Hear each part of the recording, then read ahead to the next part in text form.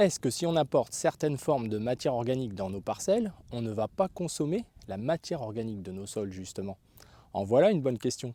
Bonjour à tous les amis, bienvenue sur la chaîne Sam, agriculteur indépendant. Alors Sam, c'est moi, et en ce beau dimanche matin que j'adore, au calme, on va parler ensemble de cette matière organique, vidéo numéro 2 sur le sujet pour 2023, et on va répondre enfin à cette question de savoir si on enlève certaines matières organiques de nos parcelles, si on laisse la matière organique de nos parcelles, mais que l'on apporte à la place d'autres types de matières organiques, issues d'élevage principalement, issues d'industrie parfois, est-ce que l'on ne va pas consommer notre matière organique intrinsèque de notre sol au lieu de la faire évoluer positivement? Alors on répond à cette question dans cette vidéo. Si ça vous intéresse, on est parti.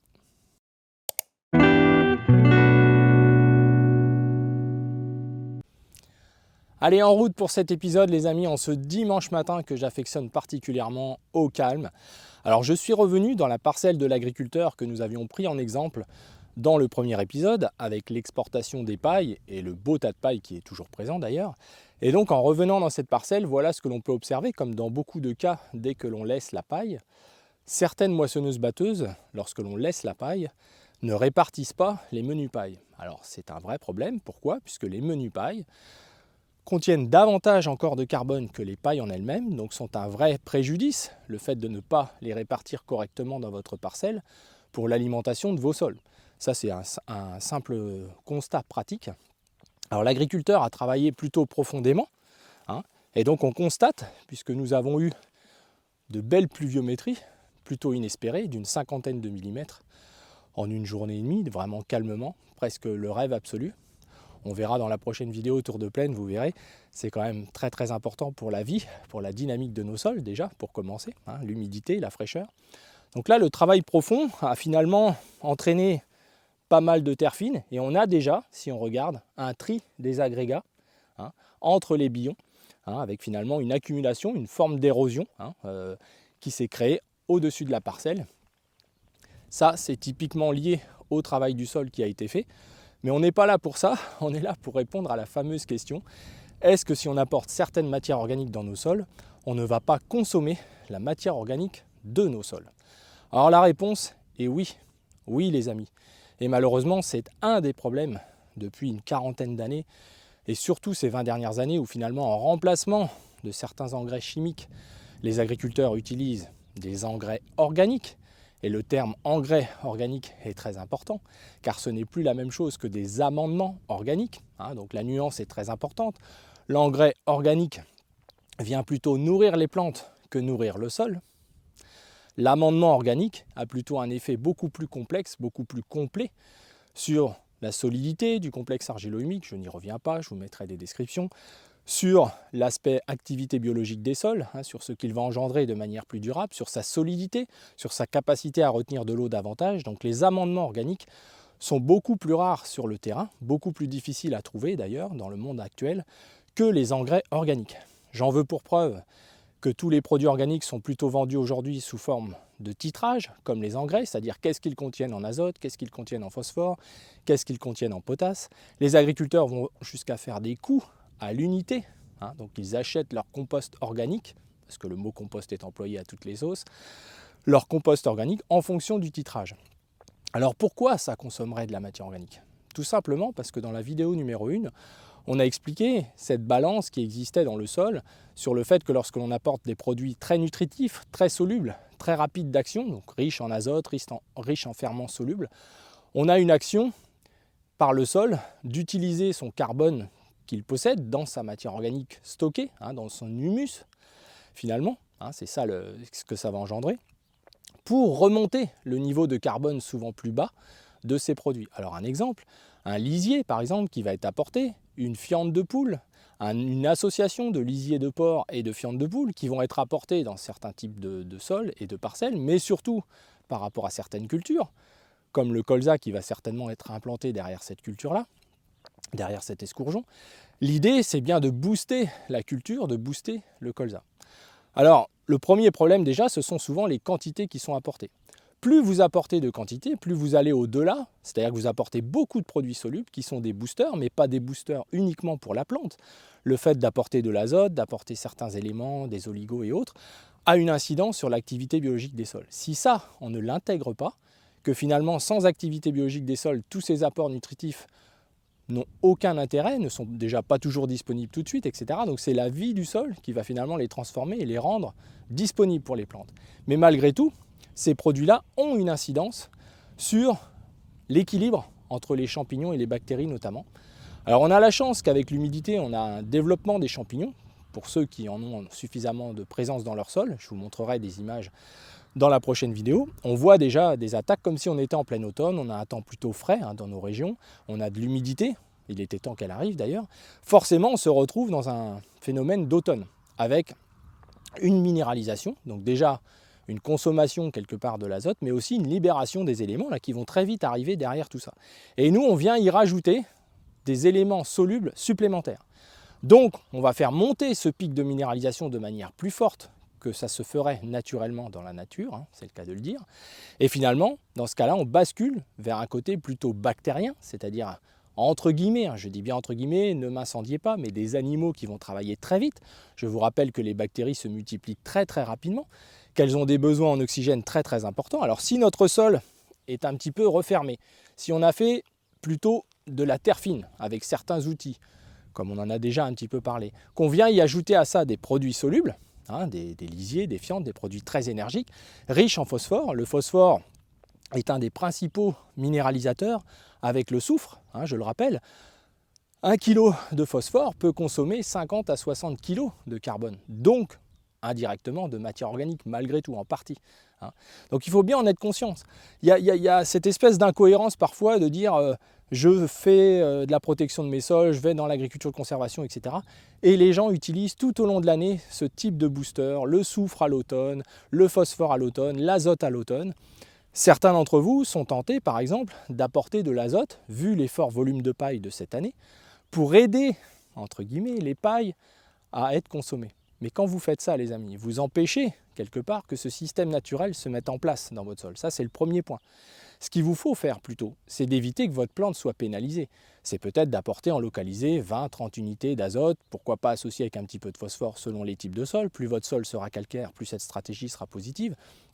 Mais vous voyez, c'est vraiment très très important, car là, dans ce cas-là, on va bien s'occuper de la plante avec des petites quantités, par rapport à apporter des choses, soit des engrais en plein, soit de l'azote en plein, qui va forcément ne pas laisser de place aux champignons. Pourquoi? Je le réexplique à nouveau, mais je vous mettrai les liens sur ce qu'on a fait cet hiver. Les bactéries, elles consomment énormément d'oxygène. À un moment donné où les fermentations, les transformations sont les plus actives de toute l'année. Le pH diminue forcément, il y a une consommation d'oxygène par les bactéries qui ne laisse pas de place, je le rappelle, aux champignons qui eux ont besoin d'oxygène, ont besoin plutôt d'un pH modéré, finalement ne fonctionnent pas dans ce type de sols qui sont à ces étapes-là de transformation. Alors d'apporter des boosters en compensation, il faut y aller, pour faire simple, de manière très très modérée. Autant ces boosters-là, quand il ne pleut pas ou dans certains types de sols très calcaires, ont plutôt un intérêt car ce sont des sols qui ont un stock de matière organique inutilisée très très important. Certains agriculteurs m'ont contacté et m'ont dit « Ah bah moi ça va super vite en ce moment, j'ai déjà mes pailles qui sont noires ». Eh bien non, justement, c'est tout l'inverse. C'est tout l'inverse. C'est un syndrome très très important de constater que vos pailles, ce qui n'est pas le cas d'ailleurs ici, malgré tout, comme elles ont été enlevées, il ne reste que les chaumes, on a un faible niveau de protection du sol. Ça, c'est un petit peu ça qui est dommage. C'est ce qu'on recherche d'ailleurs dans cette notion de protection des sols, dans cette notion de non-labour. Puisque certains internautes m'ont dit « mais tu n'es pas en agriculture de conservation, etc. » Alors on va faire une vidéo dédiée de mise au point sur tous ces slogans, semi-direct, sous couvert vivant, tout ce blabla là qui me fatigue depuis 30 ans. On va parler plutôt de ce qui compte, c'est-à-dire les résultats, le raisonnement, la mise en pratique. Et je pense qu'après 30 ans, on essaye de protéger nos sols, alors qu'on ne soit pas en agriculture de conservation. On n'en a vraiment rien à faire. Ce qui compte, c'est les résultats. Et je t'invite à regarder l'ensemble des vidéos où on parle du sol et où on montre à quoi il ressemble. Et il semblerait que c'est pas si mal que ça. Alors voilà. Mais on en reparlera très très bientôt car c'est important. Il faut parler de tout ça. On s'enferme tous dans des choses bien trop compliquées finalement qui nous font perdre du temps au lieu d'aller à l'essentiel, être pragmatique. Qu'est-ce qu'on peut faire pour améliorer les choses? Après qu'on soit en SD, SD, SV, je sais pas quoi. Moi tout ça, pouf, il y a longtemps que je m'en fiche complètement.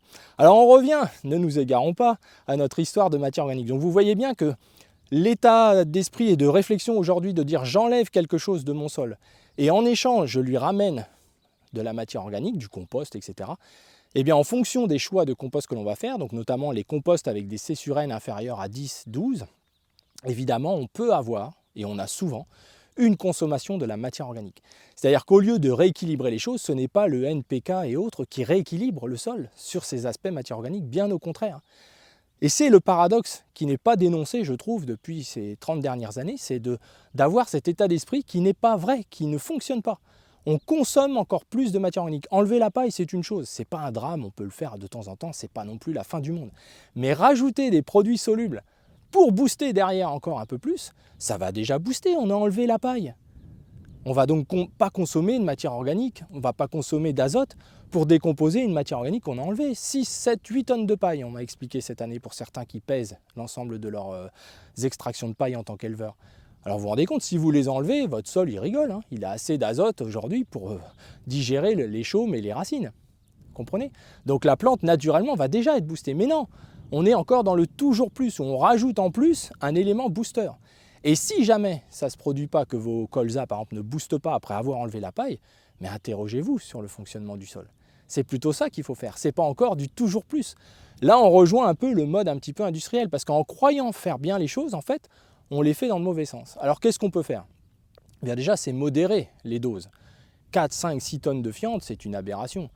20 mètres cubes de lisier, c'est nul. Il faut revenir à des choses simples, encore une fois, nourrir le sol un petit peu de temps en temps. Car sinon, on déséquilibre le fonctionnement du sol. C'est ça la base. On ne peut pas parler du sol à longueur de journée comme beaucoup le font, pour finalement ne même pas être cohérent avec cette histoire-là. Donc si on amène par contre des produits, là on a enlevé la paille par exemple, donc on a un sol qui a perdu du carbone, c'est ça, ou en tout cas qui aura moins de carbone à digérer pour améliorer son stock d'humus. Donc on peut risquer de consommer l'humus de notre sol, donc d'être en balance négative. C'est ça qu'il faut regarder. Donc là, dans ce sol-là, eh bien, on pourrait très bien apporter un fumier ou quelque chose qui va justement compenser ça. Et il y aura dedans de l'énergie, puisque dans le fumier, il y a aussi l'alimentation azotée que les vaches ont reçue. Hein. Donc dans la bouse, il y a quand même des choses énergisantes. Avec des quantités modérées pour ne pas basculer à avoir trop à digérer, comme si nous, on mangeait 2 fois des pâtes, forcément, pendant 2 jours, c'est un peu lourd à digérer. Donc le sol, il ne va pas pouvoir en même temps nourrir le colza qui arrive derrière et l'aider à être boosté. Hein.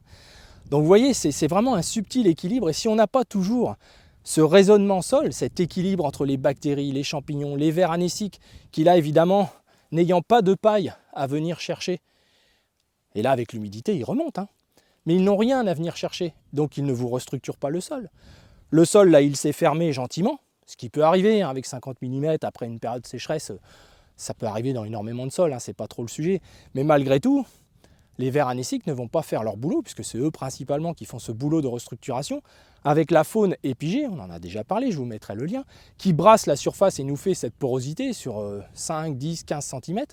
S'il n'y a pas de présence de résidus végétaux à venir chercher, à brasser, à fractionner, à rendre plus accessible, évidemment, le sol, il ne se restructure pas. Donc c'est le deuxième effet de ne pas laisser sa matière organique ou d'apporter de la matière organique trop soluble. La matière organique trop soluble ne favorise pas l'arrivée de ces êtres vivants pour venir la chercher. Au contraire. En plus, elle peut se glisser de manière très rapide dans les interstices du sol et avoir des conséquences. Là, un ver de terre en ce moment qui remonte et qui se prend 20 mètres cubes de lisier sur le dessus, il ne va pas forcément apprécier les choses. Il respire par sa peau, j'en ai déjà parlé, et ça peut l'agresser très fortement. Il peut fuir dans le meilleur des cas, et dans certains cas, il remonte et il meurt en surface. Et ça, certains d'entre vous me le témoignent régulièrement, ça arrive. Là, de ce côté-là, la partie non répartie va créer une forte acidité importante, puisque ces matières riches en carbone vont nécessiter beaucoup d'énergie dans cette zone-là.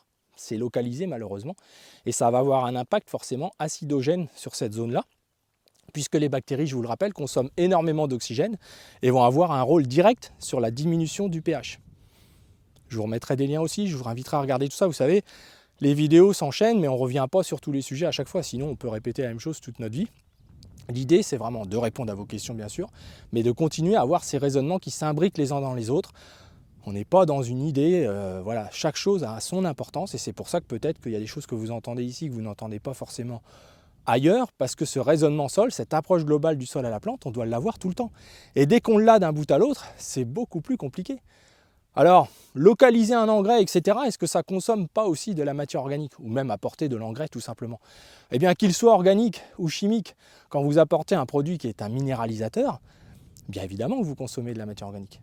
Mais si en échange vous en produisez davantage, l'équilibre peut se faire, c'est un peu comme l'irrigation. Si vous minéralisez par l'irrigation l'été parce qu'il fait chaud et que vous apportez de l'humidité, mais qu'en échange vous produisez plus de matière organique que si vous n'aviez pas arrosé, ça peut s'équilibrer. Mais dans beaucoup de cas, c'est déséquilibré et c'est encore plus vrai lorsque c'est pour faire des productions qui ne laissent que très peu de résidus végétaux ou des résidus végétaux fermentescibles. Donc si on résume un petit peu tout ça, par exemple, vous enlevez vos pailles pour les vendre. Vous enlevez vos pailles pour les mettre dans un méthaniseur, vous rapportez un digestat par exemple, liquide. Et bien finalement, vous êtes en consommation de matière organique, même si le digestat contient du carbone liquide. C'est obligatoire. Vous apportez un produit un peu minéralisant, il est plutôt pauvre en produits booster, mais malgré tout, il est là. Demain, vous apportez, il existe des résidus en viticulture très riches en soufre, jusqu'à 150 unités de soufre à l'automne. À l'automne, on n'apporte pas de soufre, les amis. Vraiment, soyez conscients de ça. L'automne est déjà une période de minéralisation importante. Quand je dis l'automne, bah là, on est à une météo d'automne. Donc on est presque à l'automne, période que j'adore, vous le savez. Donc finalement, on va encore accentuer un phénomène de booster. Là, le soufre, c'est pas comme le phosphore, c'est encore pire.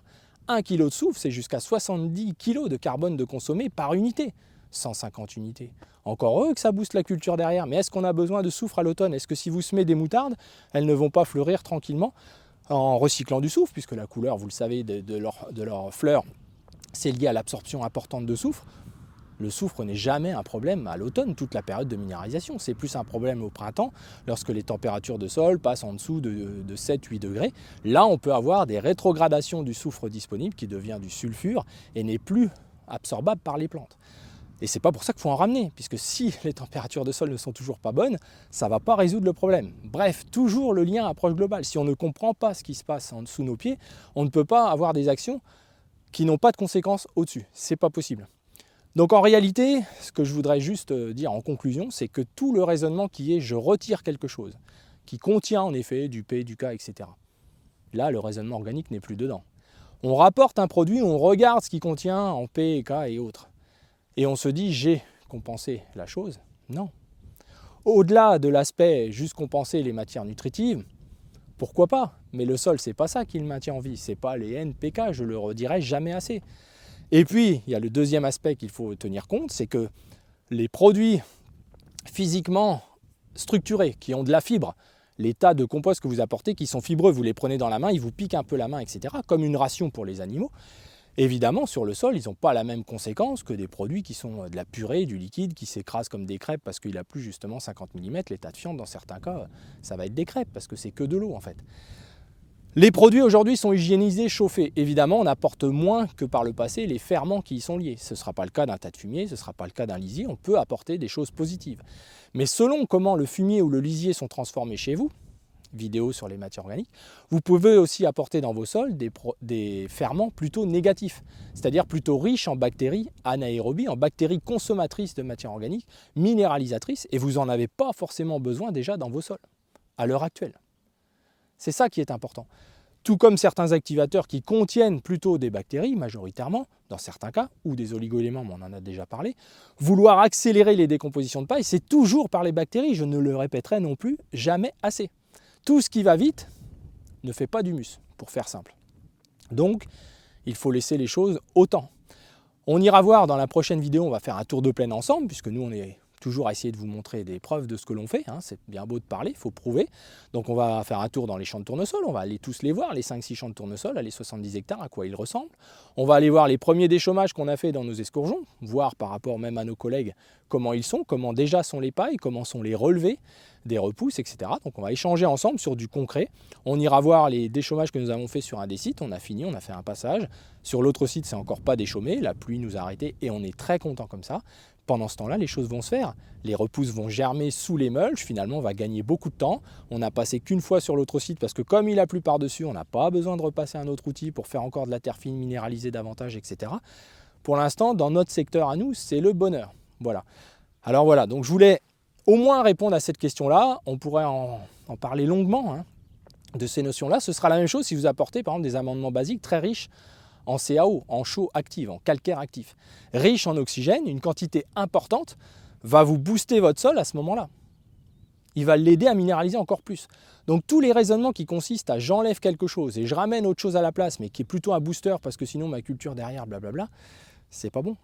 Inversement, si vous avez beaucoup de matière organique qui est laissée en surface et que vous passez et repassez des outils, à chaque fois vous oxygénez, vous minéralisez, vous consommez de la matière organique, vous accélérez les décompositions des pailles, mais les accélérer, je le redis, retenez au moins ça ne va pas vous aider à faire de l'humus. Il faut que les choses aillent tranquillement. Ça ne veut pas dire que dans 4 mois, on ne verra pas plus les pailles, elles auront disparu. On pourra le voir ensemble. Surtout là qu'on a de la pluviométrie, après l'été c'est l'idéal. Humidité, chaleur, on va avoir un sol qui se booste. C'est pas la peine d'aller encore l'exciter davantage. Voilà.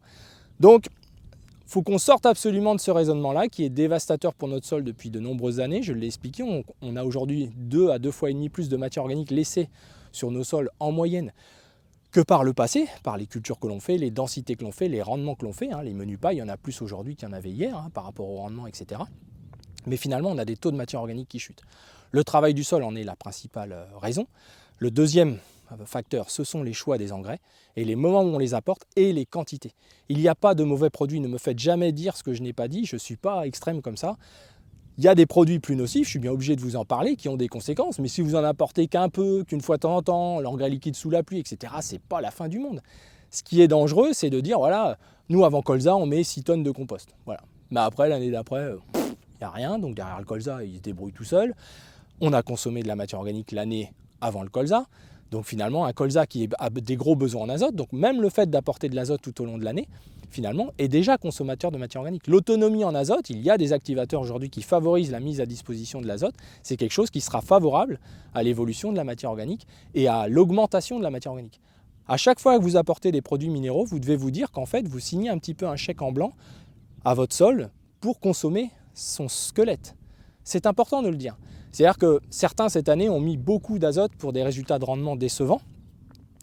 Il est clair que ça a eu un effet plutôt négatif, ce troisième apport d'azote assez important, dépasser les 200 unités, à un moment donné où l'eau n'était plus là pour alimenter les plantes, etc. On en parlera dans le bilan moisson, mais ça a eu des conséquences. Mais ça a eu des conséquences aussi sur le sol. C'est ça qu'il faut comprendre. Donc l'idée à terme, c'est de pouvoir diminuer l'azote, mais pour ça, ça prend 10, 15, 20 ans pour que ça commence à se mettre en route. Et il ne faut pas y aller trop fort. C'est pour ça qu'il y a une partie de vous, c'est le ressenti, l'état de vos repousses, la dynamique de vos cultures, la météo, tous ces aspects-là, les reliquats qu'on peut faire en sortie d'hiver, etc., l'état de vos couverts, bref, selon vos objectifs, allez-y tout doucement avec parcimonie en localisant les produits boosters à la culture et non pas à l'ensemble du sol, pour ne pas créer l'anarchie sur l'ensemble de la parcelle. C'est très très important.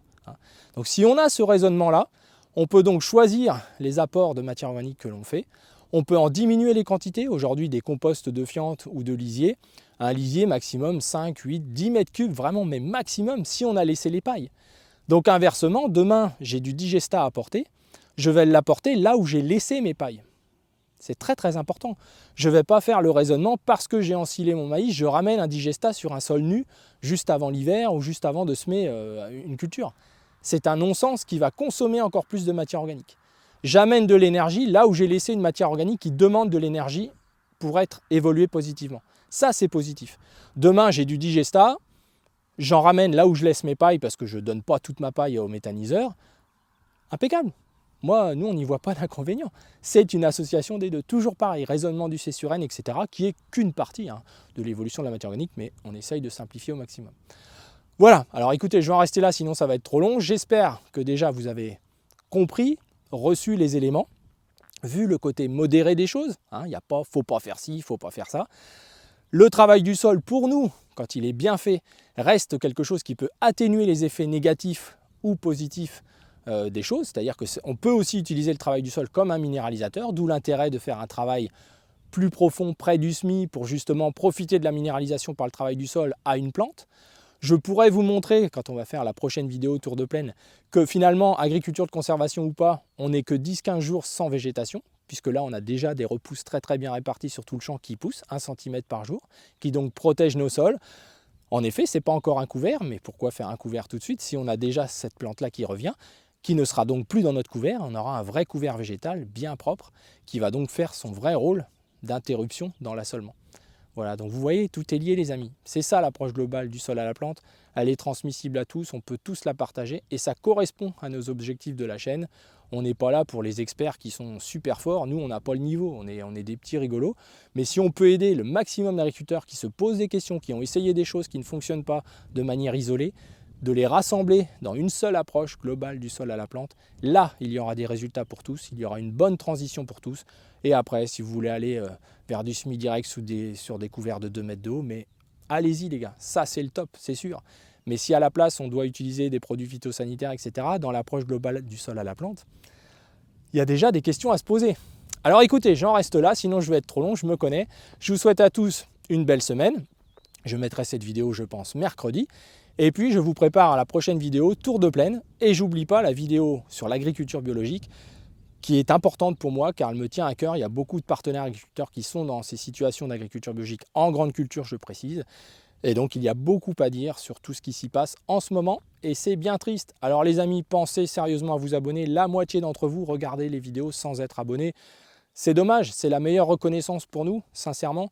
Car voilà, l'idée c'est quand même d'être diffusé au plus grand nombre et de pouvoir partager et d'avancer, voilà, vraiment, et d'aller rencontrer même parfois dans le futur certains d'entre vous sur certaines techniques. Alors les amis, je vous dis à tous, bonne semaine, pensez à partager, cette vidéo vous a intéressé et je vous dis à bientôt.